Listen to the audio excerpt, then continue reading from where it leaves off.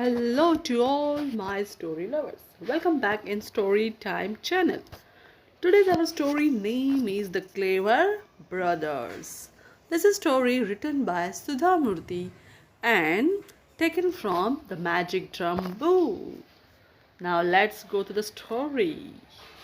Once upon a time there were three brothers. They were all very clever and one day decided to make their fortune using their powers of reasoning and logic.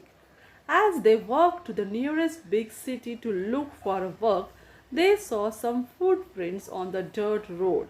As they stood looking at the marks, a merchant came rushing up to them. "Did you see anything go by on this road?"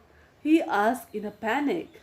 The first brother looked closely at the prince and said, "Yes, a large camel." The second said, "It was a one-eyed camel."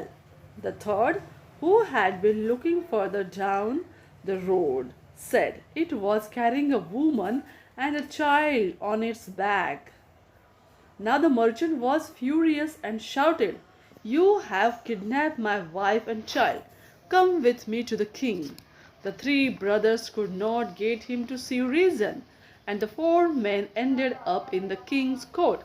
The king said, after he had heard the entire story, "If you three claim to be so clever, let me set a task for you.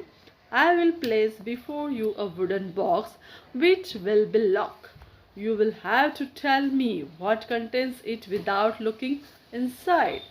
The three brothers agreed, and soon the king's men placed before them a stout wooden box, firmly shut. The first brother said immediately, "It has something round inside." The second said, "It's a pomegranate." "An unripe pomegranate," added the third. The box was open, and indeed inside there was an unripe pomegranate. The king now asked them for an explanation. The first man said, "When your servant was bringing the box, I had something rolling inside. That meant there was a round object in it." The second man said, "I saw your servant coming from the pomegranate orchard, so I knew he had placed a pomegranate in the box. And this is not the season for pomegranates, so it had to be an unripe one." Pip up the last brother. The king now had proof of the brothers' powers of observation and asked them how they knew about the merchant's wife and child being on camel back.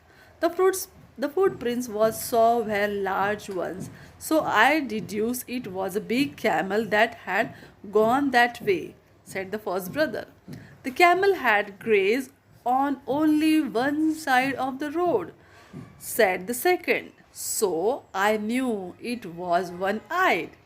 And I saw the footprints of woman and a child where the camel had sat down to rest," said the third, which meant they were on the camel's back. The king, now convinced of their cleverness, appointed the three brothers as the ministers in his court. Now this is the end of the story. Do you like it? Then comment it. Subscribe my channel. Bye bye.